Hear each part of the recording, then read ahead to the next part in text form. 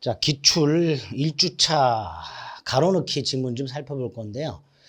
제가 1주차 생각을 잘못해서 문제가 차고까지밖에 없습니다. 그래서 1주차 했던 것 중에서 뒷부분 사기강박부터 대리까지는 다음 주차체 한번 OX로 좀 확인 다시 한번 해보겠습니다.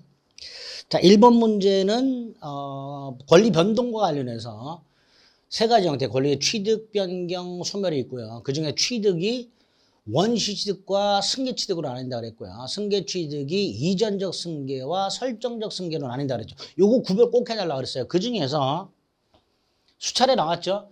갑이 을소유 토지에 저당을 잡았다는 건 저당권을 취득했다는 거죠. 두 번째 저당권은 제한물권이죠. 이렇게 제한물권을 취득하는 것은 권리의 설정적 승계 취득이죠. 그래서 1번은 설정적 승계라고 해야 되죠. 자, 2번은 법률 사실 중에서 의사표시와 준법률 행위를 구별해야 되죠. 이유는 의사표시는 의사표시한 대로 법률 효과가 생기고요. 준법률 행위는 법률 규정에서 효과가 생기죠. 두 번째, 준법률 행위가 특히 의사의 통지와 관념의 통지 구별해야 된다고 그랬고요. 의사의 통지에는 각종 최고가 있고요. 관념의 통지는 각종 통지가 있죠.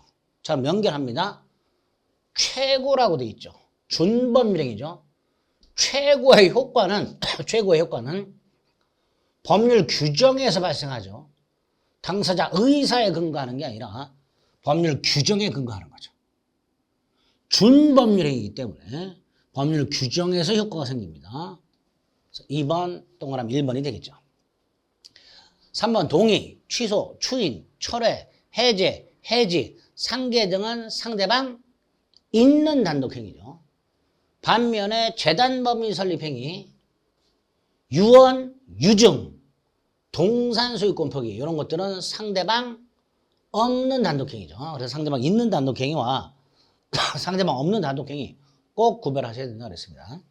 자, 4번은 범죄의 목적의 적법성 중에서 강행규정, 임의규정 구별해야 되고 그 다음에 강행규정 특히 효력규정과 단속규정 구별해야 된다 그랬죠. 그리고 단속규정 3개를 암기해야 된다 그랬어요.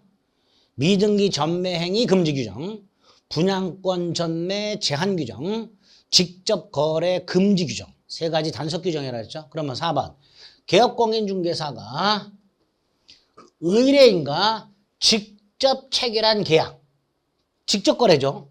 그러면 이거는 중개사의 직접 거래를 금지하는 규정을 위반했죠. 근데 그 규정은 단속 규정이라고 그랬죠. 단속 규정을 위반했을 때는 무효가 아니라 유효다 그랬죠. 유효다. 그래서 단속 규정 유효 이렇게 채워 넣으시면 되겠습니다. 자, 5번은 반사회 질서 행위다 아니다 구별해야 되는 것 중에서 반사회 질서 행위로 자주 나오는 게 몇 개 있죠. 그 중에 하나가 이거죠. 다수의 보험계약을 통해서 보험금을 부정하게 편취할 목적으로 보험계약을 체결한 경우 이 보험계약은 반사회 질서 범죄행위 다가 되죠. 아주 잘 나오죠.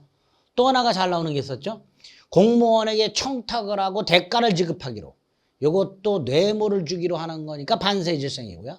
도박자금을 빌리거나 변제하는 거 다 반사회 질서행위가 됐었죠. 형사사건 성공보수약정 이런 게 반사회 질서행위가 됐었죠. 반면에 반사회 질서행위가 아닌 것들이 있었죠. 민사사건 성공보수약정 범죄의 성립 과정에 강박이라는 불법적 방법이 사용된 경우 강제집행을 면할 목적으로 허위에 뭐뭐하는 행위 이런 것들은 반사회 질서행위가 아니다라 그랬죠. 아니다. 외워야 된다 그랬죠. 하나가 더 있죠. 각종 세금을 회피할 목적으로 특히 양도세를 회피할 목적으로 다운계약을 하는 행위 이런 것들은 반사회 질서행위가 아니다 그랬습니다. 7번은 이중매매죠. 자, 이중매매가 즉 제2매매가 반사회 질서 행위에 해당되려면 매도인의 배임 행위와 제2매수인의 적극가담 행위가 필요하고요. 그렇게 반사회 질서 행위가 되면 제2매수인 등기는 무효니까 제2매수인으로부터 매수한 선의 제3자 소유권 취득할 수가 없죠. 즉 매매가 유효다라고 주장할 수가 없게 됩니다. 아주 중요하죠. 제2매매계약이 무효가 됐을 때 제2매수인과 거래한 제3자는 선악불문하고 소유권을 취득하지 못합니다. 자, 8번 불공정한 해가 성립할 요건 중에 하나가 피해자의 궁박, 경설 또는 무경험이죠. 따라서 궁박, 경설, 무경험은 모두 구비되어야 하는 요건이 아니라 그 중에 일부만 갖추어져도 충분하다. 이렇게 되겠죠. 자, 9번은 법률의 해석 중에서 자연적 해석. 그 중에 O표시 무해 원칙이죠. 각과는 X 토지를 매수하기로 합의. 근데 계약서에는 Y 토지로 잘못 기재. O표시 계약은 X 토지에 대하여 성립한다죠. O표시 무해 원칙 자연적 해석이죠. 자, 10번은 107조 조문 물어보고 있죠. 의사표시는 표의자가 지인이 아님을, 즉 의사표시가 불일치함을 알고 한 것이라도 효력이 있다. 그게 원칙. 그러나 상대방이 표의자의 지인이 아님을 알았거나 알 수 있었을 경우에는 무효로 한다. 이렇게 돼 있죠. 조문 좀 암기를 해 주실 필요가 있어서 OX를 넣어놨습니다. 11번, 자, 허위표시와 구별되는, 허위표시 가장매매와 구별되는 가장행위, 은닉행위죠. 자, 갑이 이렇게 토지를 증여하기로 해요. 근데 증여를 감추고 이걸 은닉하고 매매를 한 것처럼 꾸몄어요. 그럼 매매는 가장행위로 무효라 그랬죠. 반면에 증여는 유효라 그랬습니다. 매매는 무효이고 가장행위로서 매매에서 숨겨진 행위, 즉 은닉행위는 증여는 유효하다 그랬죠. 12번 부동산 거래 계약서에 서명 날인한다는 착각, 즉 의사는 부동산 거래 계약서. 그런데 연대 보증 계약서에 서명 날인. 자, 부동산 거래 계약서에 서명 날인한다는 착각, 이게 의사죠. 근데 표시는 어디에 했어요? 연대 보증서류에 서명 날인했죠. 이런 게 뭐예요? 표시를 잘못한 거죠. 그걸 뭐라 그래요? 표시상 착오 또는 서명 날인의 착오라고 하죠. 이거 109조 착오도 아니다. 109조 착오다죠. 왜? 의사는 거래계약, 표시는 연대보증계약.